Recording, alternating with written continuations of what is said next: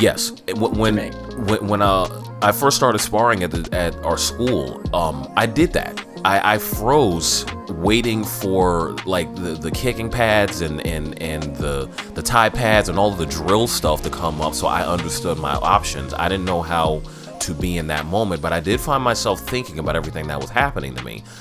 But like Armin, I found myself in a position where, yeah, I was thinking, but that I wasn't using that as an escape from the conflict. I wanted to better connect to it. That was just my way of doing it.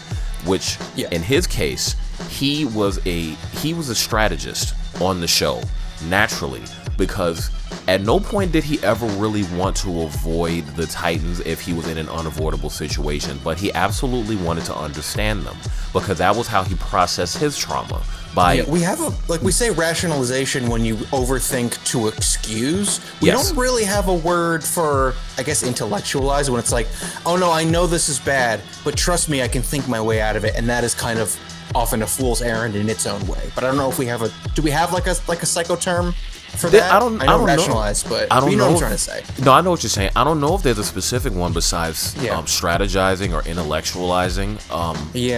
I mean, speaking as somebody who has a habit of doing that, anytime, and I've been through very like negative things in my life, quite a few, to a point where when I write my book, I might have to subtitle it, "Yes, all of this happened," because some of the stuff I've been through is just ridiculous. But in many of those moments, I found myself thinking about what was happening, because I didn't want to run.